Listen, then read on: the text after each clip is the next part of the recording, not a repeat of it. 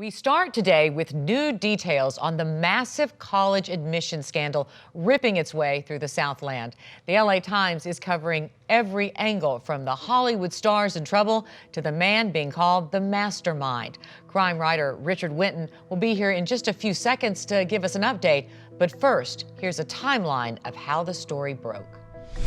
We're here today to announce charges in the largest college admissions scam ever prosecuted by the Department of Justice.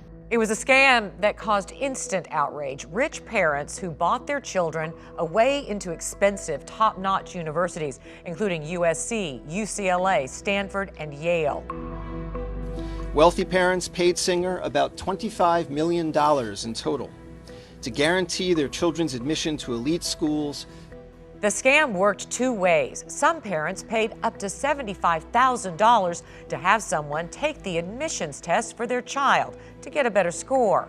And some parents paid money used as bribes to college coaches to get their child accepted as an athlete, even if their child didn't play sports. In some cases, they used fake photoshopped pictures. Some spent anywhere from $200,000 to $6.5 million for guaranteed admission. So far, 50 people have been charged, including actresses Felicity Huffman and Lori Loughlin, but also CEOs, college administrators, and coaches.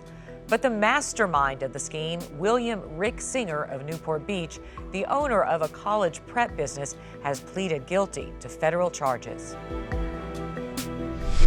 And Richard Winton joins us now to talk about this story. Richard, I don't know the last time I saw a story that generated so much outrage. This is basically the super rich buying slots from the person who's done the work. And here we have 50 people charged in this initial burst, but reality is we know this guy has like 761 side door admission clients who he acknowledges to the feds he did things to get into the schools. And so what we're seeing here is maybe the first round, and the question is, who else? There's a lot of people sweating out in the Los Angeles region and Orange County and wider across the nation about who participated in this kind of thing, what did they do to bend the rules for their kids, and how much money they spent to do it. This service owned by this man, Rick Singer, essentially, he made the promise, I can get you in.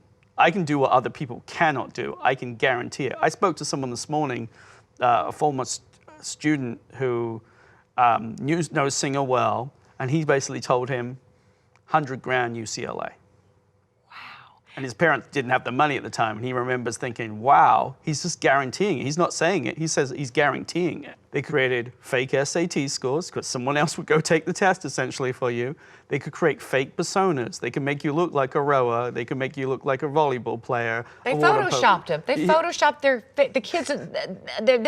kid's face on somebody else's body. Yeah, so they would make you look like, on paper, an athlete with the fantastic scores.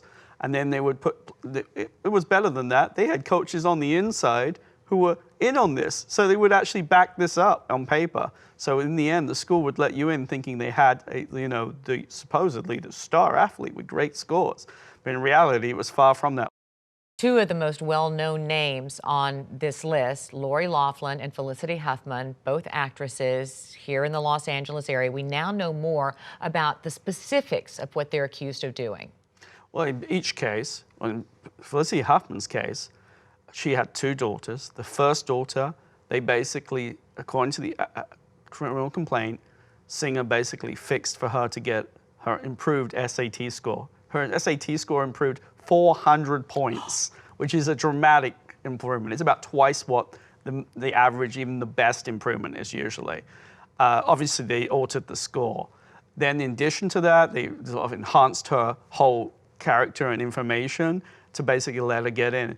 The feds have Singer work essentially turning on his clients and giving them all this information.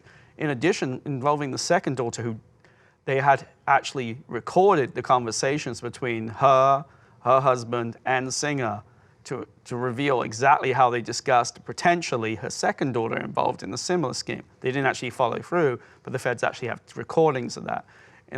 and Lori Loughlin and her husband's case, they have similar negotiations, enhancements, information, changing of character, and a large exchange of money.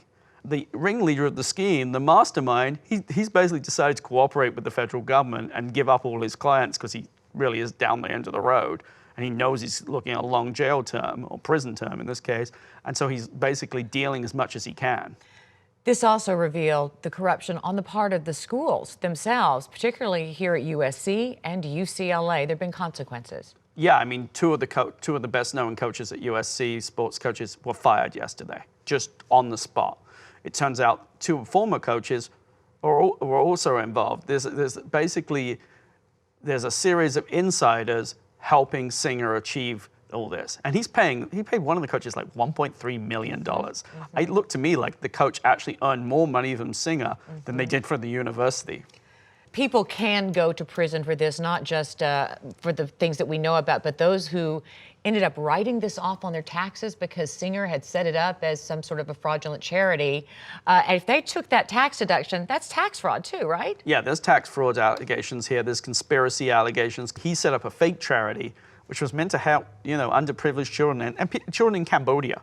And most of the money ended up going to like these coaches and athletes, and also it funneled back to universities, athletic programs, but basically never went to any of the things he said it was meant to go to. The other question it really raises is, what does it teach their children? This is the most fundamental question that we've heard from a lot of readers is, wow, what does this tell your kids? Well, and these kids who did get into these elite schools, if they didn't know about what their parents had done, are really going to pay the ultimate price, aren't they? They might actually get kicked out.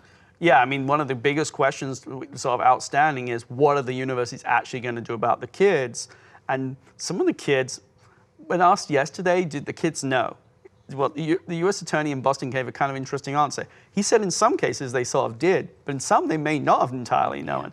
Richard Wenton, thank you so much.